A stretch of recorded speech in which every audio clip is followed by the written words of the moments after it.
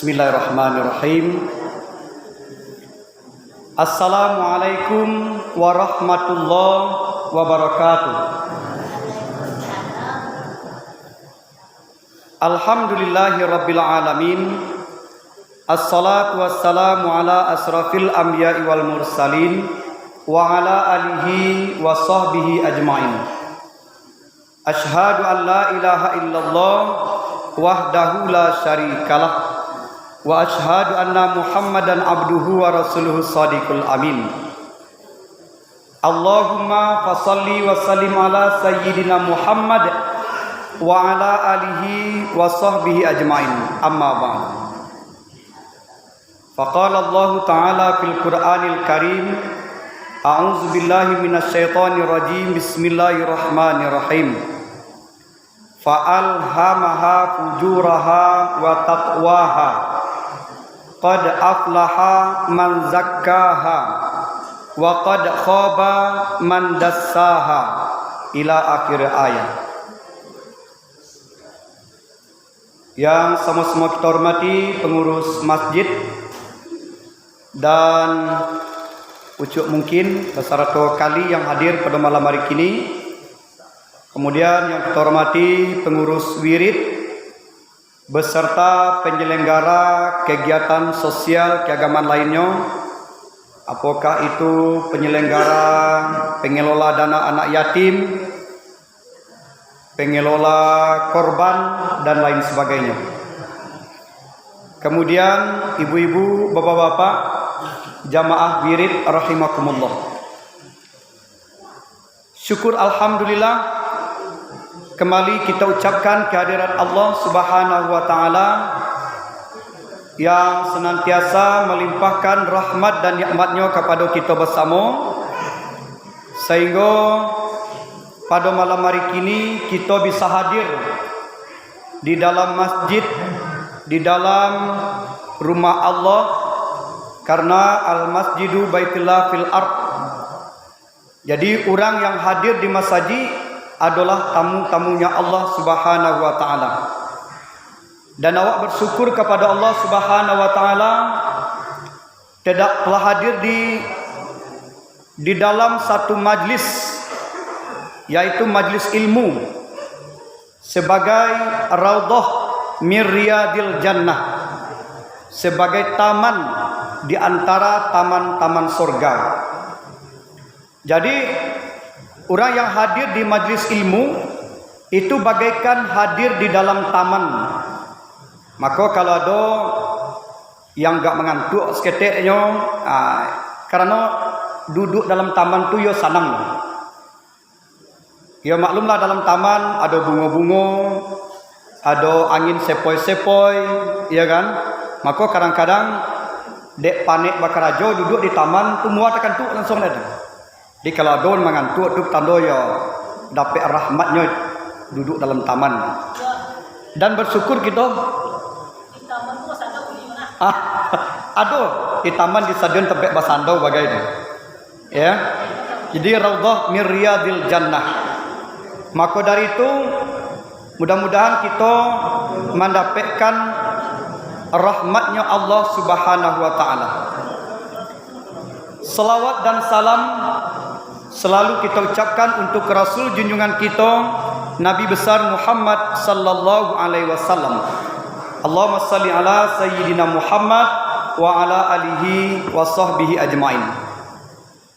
Yang dengan asbab fikir beliau, perjuangan beliau dengan para sahabat-sahabatnya, sehingga kita bisa hidup, bisa mengenal Islam sampai hari kini, yang insya Allah mudah-mudahan bisa kita warisi untuk anak cucu kita nantinya. Amin. Ibu bapak hadirin yang berbahagia, sebagaimana tadilah disampaikan bahwa insya Allah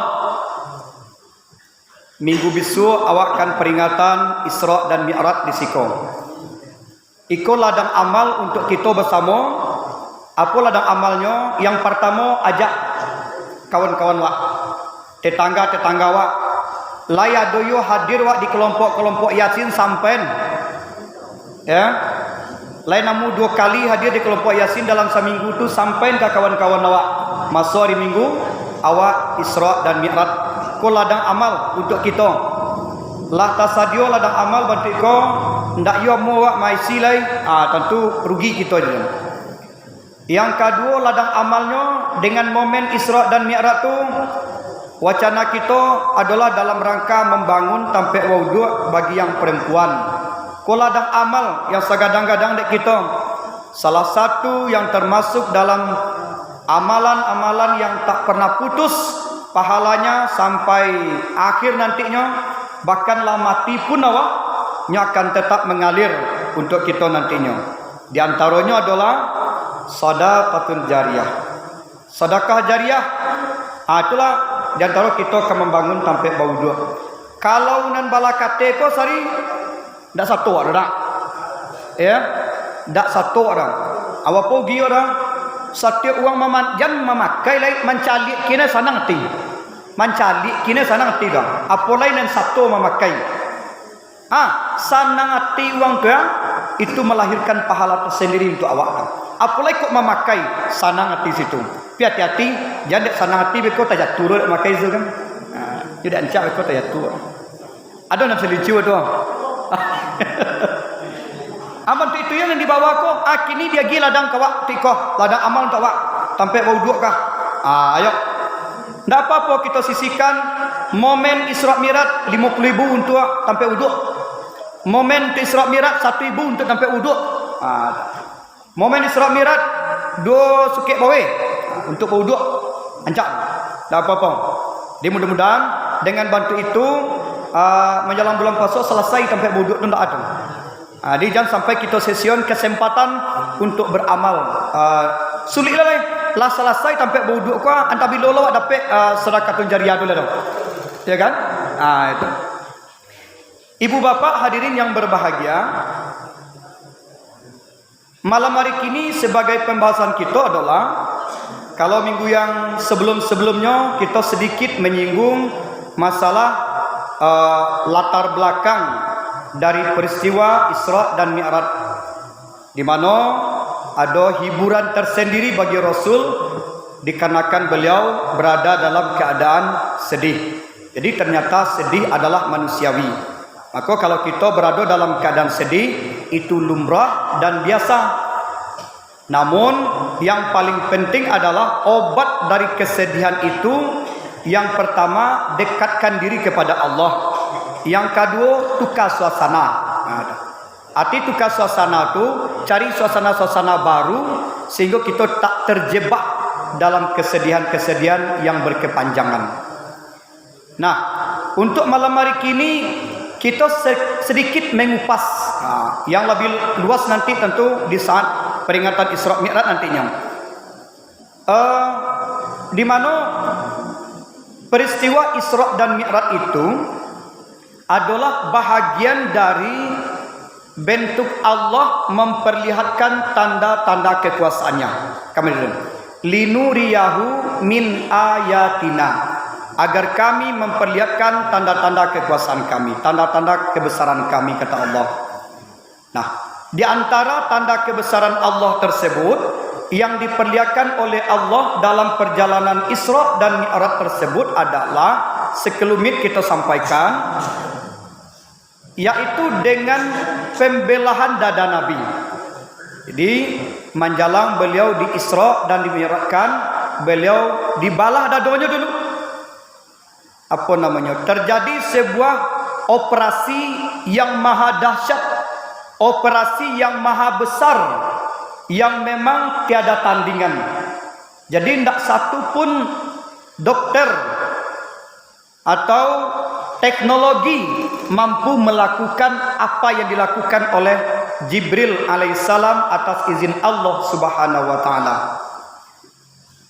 Dibalah dada beliau. Ini bukan ilusi. Dibalah bukan dalam mimpi, tetapi dalam alam nyata. Di batu-batu dibalah dari bawah tenggorokan kau sampai ke bawah pusat. Dibalah di kaluan hati beliau. Ini operasi yang maha dahsyat ini. Apa tandanya operasi yang maha besar? Yang pertama, operasi tersebut tidak meninggalkan bekas. Jadi selesai operasi tidak ada bakir, tidak ada bakir. Yang kedua apa lagi? Tidak memakan waktu lama. Jadi hanya sesaat itu, sekejap itu, pokok cepat. Itu. Yang ketiga apa lagi? Tidak memakan biaya besar, bahkan tidak memakan biaya. Jadi kalau kini orang operasi itu butuh biaya besar. Semakin canggih, semakin besar operasi dilakukan, maka semakin gadang biaya nan ditelannya. Awak lagi pakai BPJS ya. Pakai BPJS tu babayu yo. Pemerintah yang bayar. Apalagi kalau BPJS mandiri, ya bayu sewang dong. Dia kan bayu yo, ujung-ujung bayu yo dong. Hanya saja tidak membayu kes waktu itu dong. Ujung-ujung bayu yo dong. Nah, hadirin yang berbahagia, ini Rasulullah tidak menimbulkan biaya untuk operasi tersebut. Luar biasa sekali. Yang diberasian hati beliau. Bako hati yang beliau yang diberasian, karena memang hati itu adalah sarang segala-galanya. Dia tempat bermuara segala-galanya. Kalau apa nama tu? Dari mata nyokati upaya, dari talingo nyokati upaya, dari pikiran kati upaya, dari tangan kati upaya. Dari mulut apalagi kati payah. Jadi tempat bermuara segala amalia-amalia yang kita lakukan. Sehingga memang hatiko raja dalam kehidupan kita. Kan sering kita menyebut kalau nan sakit hati. Ada tak? Kalau nan kanai hati. Ada. Dado tadanga ada menyebut dah. Oh kanai matoran pajatu ni. Dado. Kanai hati dan ed. Itu biasanya entah sabut awak yang sakit hati dan no ondor. Dado jangan disebut sakit telinguran sakit kepa matoran dado. Kecuali sekali-sekali ada tak sabut orang sakit gigi kan. Alor apa. Tapi yang lumrah biasa kita dangun tu adalah sakit hati dan. Jadi kalau memang ke hati payahnya tu. Bagaimanapun talingun yang sakit ke hati payah. Bagaimanapun kepala yang sakit ke hati payah. Di karena memang muaronya ke hati. Di maka memang hati ko ini berasian. Hadirin yang berbahagia, dikarenakan hati ko tampe sarang segala-galanya baik dan buruk akan bermuara kepada hati, maka para ulama memberi rumusan-rumusan khusus tentang hati awak. Ada namanya disebut dengan qalbun alim namanya. Qalbun alim artinya hati yang sakit hati kan. Apa penyakit hati yang tahu dek ibu apa nan paling berbahaya dah. Banyak gila mungkin barangkali termasuk dengki kan, sombong dan lain sebagainya. Tapi penyakit hati nan paling berbahaya apa ibu nan levelnya tu kalau tiba-tiba penyakit fisik awak kan sama lah jo kanker. Nyo bisa menyebar ke mana-mana tu. Di kanker kalau tidak diobati nyo bisa menyebar ke mana-mana. Di penyakit hati yang paling berbahaya itu adalah ragu kepada Allah. Jadi ketika kita ragu kepada Allah, maka itulah sumber dari segala penyakit hati. Bah kalau orang amu dengki karena nyo ragu atas kebesaran Allah, Allah tu maha melihat. Nyo ragu kalau ada pembalasan dari Allah di akhirat nanti itu. Bukan tak percaya nyo alam akhirat tu, bukan tak percaya nyo bahasa hari pembalasan itu ada kan. Tapi keyakinannya tu hanya sebatas keyakinan di mulut, katakanlah demikian dong. Kalau nyo percaya tu tidak akan terjadi gitu. Ragu. Kenapa tidak namu solat itu kan? Maka kau tidak namu baik untuk melakukan solat itu kan? Karena ragu atas pembalasan Allah, ragu atas kekuasaan Allah Subhanahu wa taala. Jadi ketika kita ragu kepada Allah Subhanahu wa taala, dia akan menimbulkan penyakit-penyakit hati yang lainnya. Tapi kalau kita yakin utuh kepada Allah Subhanahu wa taala dengan sebenarnya, haqqa tuqatih, maka tentunya penyakit-penyakit hati yang lain tidak akan muncul. Nah, qalbun alim. Jadi hati yang sakit itu. Terserahlah mau sakit hati sakit terserahnya samo. Asal namanya sakit, dak do nan sanang dah. Era, pai lawak ke rumah sakit dah, tanyon ka setiap orang sakit ka, dak do nan lama jadi orang sakit. Jangan kalau situ lain makan itu dak lama dia ni. Lama yo di luar makan ini. Atu kalau orang sakit dah. Jadi kita kalau bersobok jo satu penyakit, jangan memilih-milih penyakit dah. Jangan hobi memilih-milih penyakit. Kadang kan kita hobi memilih penyakit. Ada lagu yang legendaris lah betul. Daripada sakit hati, itu kan? Lebih baik sakit gigi ini, itu ya. Ini daripada sakit hati biar sakit gigi gitunya. Itu pembangak mau. Dak ada nak lama sakit gigi jangan kecil sanang lah itu. Tanyalah ke orang sakit gigi, mai bo orang ini dah tu bangi tu. Ya, duduk dak lama, lalu dak lama, dan sanang sakit gigi tu dah. Dia jangan dibanding-banding lo sakit hati sakit gigi dah. Nyagi dek Tuhan sakit gigi kau lah apa pailu ada. Biar pada sakit gigi kau biar kit palu mata. Dak ada sakit kepala tu dak lama bagai dah. Di setiap nan sakit dak ada lama dah. Bahkan nan lama makan awak ka ketika awak sihat. Nan lama lalu ka ketika sihat. Di kalau awak sihat makan apa ka sambau lah lama. Lalu kalau awak sihat di mana ka lalu lah lama. Tapi kalau sakit di mana kalalo dak do lama. Apa ka sambau lah dak do lama. Jadi apa nama diri berbahagia namanya orang sakit itu kan. Cuman heran awak kan bantu ikom. Setiap ada orang sakit, orang berbondong-bondong montan makanan lama-lama ke situ. Itu loh masalah tu kan. Padahal dia orang sakit tu tak makan heran. Maka banyak orang yang berburu-buru menunggu orang sakit. Dia biar menunggu orang sakit tu. Masalah kue tibo tarui kan, air susu tibo tarui, makanan lama-lama tibo tarui, kan? Itu. Ini orang sehat tukang tunggu dah lama dah. Dia orang sakitnya tak nak ilmu cek ladang. Nah, hadirin yang berbahagia, jadi hati yang sakit itu. Tapi ada pula bapak ibu, kadang-kadang ketika kita fisik kita sakit, kadang-kadang di situlah saatnya iman kita meningkat kan. Banyak orang kadang-kadang ketika sehat biasa tu kan, imannya biasa-biasa saja, tak ada stabil saja, tak ada naik, kadang tak ada turun, atau malah kadang-kadang nyaris turun gitu kan. Tapi kadang-kadang bila sakit dah, iman kita cenderung lebih mudah untuk naik dah. Jadi ketika fisik kita drop, maka spiritual kita, iman kita itu cenderung naik dah. Siapapun lah orangnya dah. Bahkan kadang-kadang kita yang kurang menyebut nama Allah, bila sakit kita lebih gampang menyebut nama Allah tu. Saidak-idaknya contoh kan, mangkek kaki ka duduk dah, ya Allah. Tasabih nama Allah dia, itu dia mengalui itu dia lah, tasabih nama Allah. Itu dia, kita cenderung lebih gampang untuk mengingat Allah ketika kita memang lagi sakit. Tapi jangan dikanak-kanak lo untuk capek mengingat Allah, minta lo sakit lu jangan nak lo tu. Lama lah kita dalam keadaan sehat gitu kan. Hadirin yang berbahagia, jadi qalbun alim, hati yang sakit ya. Yang kedua ada namanya qalbun zalim. Jadi hati yang zalim. Hati yang zalim tu artinya hati yang aniaya tu. Kalau qalbun alim itu biasanya kalau bangi ke uang itu paling-paling mengerutu-ngerutu di muncung itu kan, atau dalam hati dia mengtok-tok dalam hati kan. Tapi kalau qalbun zalim tu ada action, ada aktivitas, ada reaksi langsung untuk menghancurkan seseorang itu kan. Ya ilustrasi kecilnya model kuam. Kalau ada orang beli auto kan. Kalau yang cuma nak sakit hati, itu biasanya paling-paling mengerutu dalam hati dia. Dia nak piti itu kan. Ladak cilok lo doh, ladak korupsi lo, dan ladak kau semacam. Dalam hati saja. Tak keluar dalam bentuk action itu. Tapi kalau qalbun zalim itu keluar dalam bentuk action. Actionnya bisa jadi saidah-idahnya dalam doa itu kan. Celi orang beli auto itu kan. Engkau masuk jurang dan nak ada. Engkau terpanggang dan nak ada.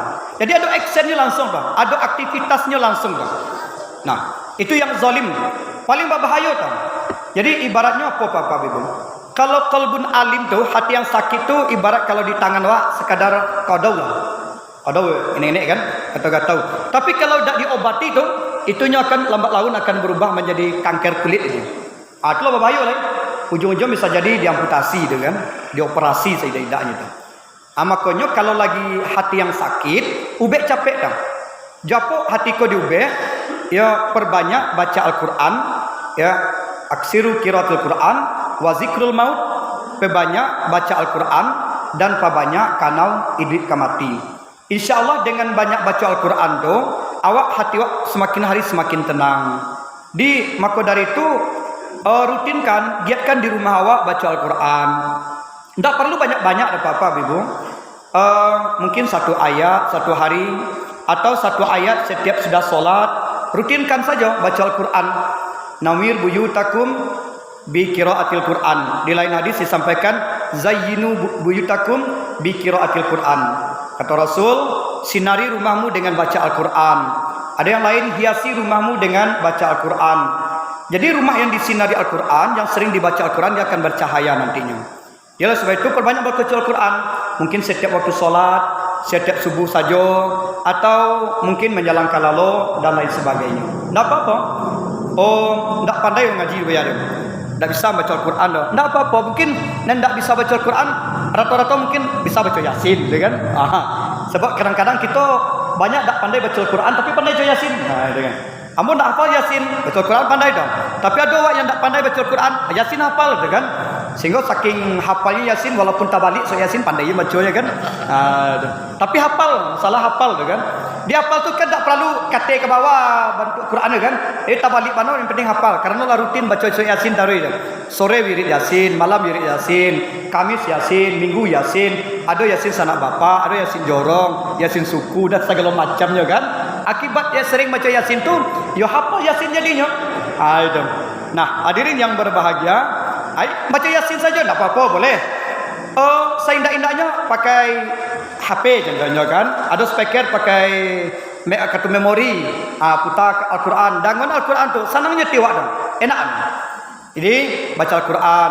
Kemudian banyak kanau idrik kamati. Ingat maut itu, kan? Jadi kalau awak sering mengenai idrik kamati, awak gak acok mau sendiri dalam melakukan segala sesuatu, dan insyaAllah dengan bantu itu pelan-pelan penyakit hati tadinya mulai hilang. Lalu kenapa ada sakit hati yang sampai seminggu, 2 minggu, setahun, 2 tahun, 3 tahun, sampai penyakit menahun, inilah berubah menjadi kanker dalam sebuah penyakit. Iaitu tadi karena tidak diobat-obati.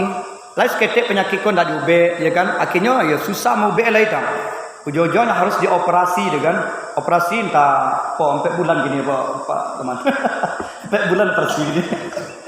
4 bulan. Itu mungkin kira lah. Nah, itu pun walaupunlah operasi, wang contohnya kan, tidak menjamin 100% sehat dah. Cubalah operasi fisik awak dah. Sudah operasi dah, ambo orang rumah ambo dah. Mira tu kalau operasi mandel cuman ya, mandel operasi. Mandel tu tangkek, dan penyakit tidak hilang dah. Jadi walaupun operasi, tanyalah kurang-kurang yang sudah operasi, tidak 100% sehat itu. Tidak 100% sehat. Bahkan aktivitas dibatasi dan segala macam dibatasi, kan? Dia tidak 100%. Model itu penyakit hati tadi, walaupunlah kalau 4 bulan, itu tidak mutlak 100% hilang penyakit tadi. Harus ada ibadah yang berkesinambungan, ada action-action yang perlu berkesinambungan dan segala macam. Jadi qalbun zalim, ya. Yang ketiga ada namanya qalbun salim, hati yang selamat.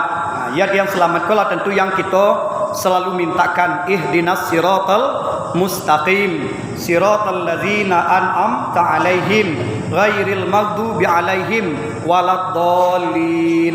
Jadi dapat petunjuk, dapat hidayah hati kita dari Allah hendaknya. Fa alhamaha fujuraha wa taqwaha. Qad aflaha man zakkaha wa qad khaba man dassaha. Maka beruntunglah orang-orang yang suka membersihkan hatinya, membersihkan jiwanya. Ya. Di dalam tubuh aku ada potensi jahat, potensi takwa, dan beruntunglah orang-orang yang suka membersihkan jiwanya, membersihkan hatinya. Namun celakalah orang-orang yang suka mengotori jiwa dan hatinya. Ibu bapak hadirin yang berbahagia. Jadi dibersihkan hati kita. Kapan saatnya kita membersihkan hati kita?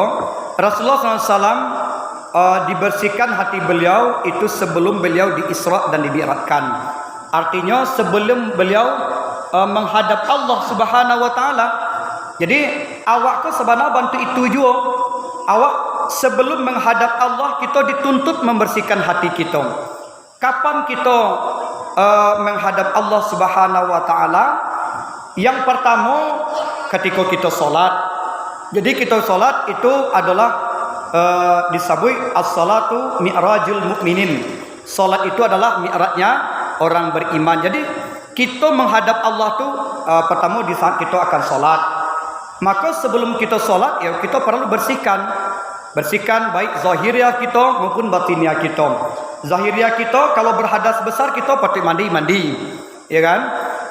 Batiniah kita kalau ada kesalahan minta maaf. Diawali dengan bersuci secara zahiriah, berwuduk dan segala macam. Maka perlu benahi, bersuci, berwuduk kita jangan asal-asalan. Jangan terjebak kita berwuduk dalam terburu-buru. Walaupun awak talambek tiba, tidak perlu kita bakajau-kajau berwuduk sajalah kita biasa-biasa. Ya nan talambek ini mah. Jangan sampai gara-gara awak talambek tiba ada kesibukan lain lalu kita mempercapek berwuduk, akibatnya berwuduk tidak sempurna. Itu yang susah dong. Akibat kalau berwuduk tidak sempurna atau bahkan wuduk tidak sah, tentu solat kita tidak sah juga jadinya. Nah, yang pertama kita menghadap Allah ketika kita akan solat. Yang kedua apa lagi kita menghadap Allah Subhanahu wa taala ketika kita ajal sakaratul maut datang, ketika kematian menghampiri kita. Itu kita menghadap Allah Subhanahu wa taala. Maka sering disampaikan telah berpulang ke rahmatullah Syanu binti Syanu, ya kan? Pagi tadi dan segala macamnya. Itu disampaikan. Jadi meninggalnya seseorang atau mungkin kita atau keluarga kita menghadap Allah Subhanahu wa taala. Jadi sebelum kita menghadap Allah Subhanahu wa taala, maka perlu kita bersihin hati kita. Banyak ayat hadis yang mengingatkan kita untuk itu. Apa di antaranya ya? Ittaqullaha haqqa tuqatih. Ya ayyuhallazina amanu ittaqullaha haqqa tuqatih wa la tamutunna illa wa antum muslimun. Apalagi udkhulu fisilmi kafa dan lain sebagainya. Itu dalam rangka memang membersihkan hati kita. Termasuk yang tadi falhamaha fujuraha wa taqwaha qad aflaha man zakkaha wa qad khaba man dassaha dan lain sebagainya. Jadi bersihkan hati kita sebelum ajal kematian datang. Yang namanya maut tu Bapak Ibu ndak pernah permisi. Ndak tahu dewa kapan tibonya. Ndak mengenal waktu, ndak mengenal tempat. Jadi kalaupun awak sedang di sawah, ndak harus nunggu pulang dulu. Kalaupun awak sedang di kabun, ndak harus nunggu pulang dulu. Kalau awak di kampung, ndak harus menunggu anak di rantau pulang dulu. Ndak harus menunggu dusanak balik dulu. Maka dari itu, sebelum ajal kematian itu datang, yuk kita bersihkan hati kita. Wala tamutunna illa wa antum muslimun. Jangan hendaknya kamu mati sebelum dalam memang betul-betul dalam keadaan Islam dan Islam itu sempurna. Maka diperintahkan udkhulu fisilmi kafah. Masuklah ke dalam Islam itu secara menyeluruh. Apa secara menyeluruhnya? Bukan hanya solat itu saja. Bukan hanya baca Al-Quran kita saja. Bukan hanya puasa kita saja. Bahkan kalau cari urunan dari Isra Mi'raj tadi, kalaupun sedih kita adalah sedihnya karena Allah Subhanahu wa taala. Ada diasbabkan menyangkut dengan Allah Subhanahu wa taala. Kalaupun gembiranya kita ada urusannya dengan Allah Subhanahu wa taala. Maka dari itu dalam syariat Islam kau dianjurkan kalau ada saudara kita yang mendapat musibah, kita dianjurkan namanya bertakziah namanya. Bertakziah itu apa? Ikut berduka cita, menghibur saudara kita yang mendapat musibah tadi. Kalau Rasul memerintahkan dulu ketika ada seorang sahabat yang meninggal dunia, lalu tetangga meninggal dunia, antar makanan ke sinan. Kalau buen makanan, buen samba, masakkan nasi dan antar ke rumah si fulan, karena sedang berduka cita. Lalu para ulama kita, para ulama mutakhirin mengambil inisiatif kebijaksanaan. Kalau diantar makanan banyak-banyak kasinan, beko terjebak dalam keadaan mubazir. Cubalah meninggal orang di bidara alam ko sawang. sanagaiko monton makanan kakin kan mubazir jadi dong. Mubazir jadi dong. Beko bapa banyak nasi nan dapat kan, bapa banyak sambal nan dianton kakin kan, maka bijaksana orang. Mungkin piti dia gian, mungkin bawe dia gian, ya kan? Mungkin yang lain-lain lah kebutuhan yang diantar ke situ. Sehingga walaupun apa beko piti lamu mana tak masalah, bawe lamu mana beko tak ada masalah, diganti dalam bantu itu. Sehingga menjadi sebuah tradisi dek kita manton bawe, ya kan? Tapi hati-hati jo ibu-ibu yang manton bawe, jangan ada imbal baliknya, jangan ada harapan-harapan lain. Apa mau kasih harapan lainnya? Beko balik niguai, dah balik manujuai, berduma, diusai lo beko unji tu kan? Kebetulan lupa tuan rumah, dak mai si unji wak tadi doh, aja mengomel lo, malam tu, sebanyak tu bawa dan agen tadi tu, gak cik api haram tagir. Jangan sampai bantu itu lo, ya sudah, dak diagi lapik tak ada masalah, ya kan? Dak diagi si puli tak masalah, atau dak diagi sambau tak masalah. Jangan sampai itu ukurannya. Ketika kita mengukur membandingkan pembawaan awak jo balik tu, maka hilanglah yang kita bawa tadi nilainya.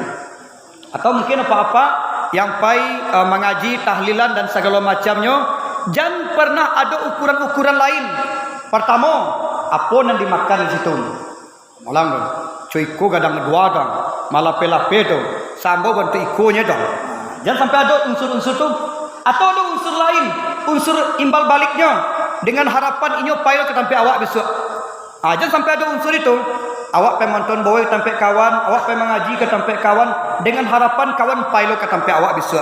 Jangan pernah ada harapan itu. Berharaplah kepada Allah Subhanahu wa taala, andai kata inyo ndak pai ketampi awak besok, ya. Andai kata inyo ndak pai ketampi awak besok, mungkin yang lain akan pai ketampi awak.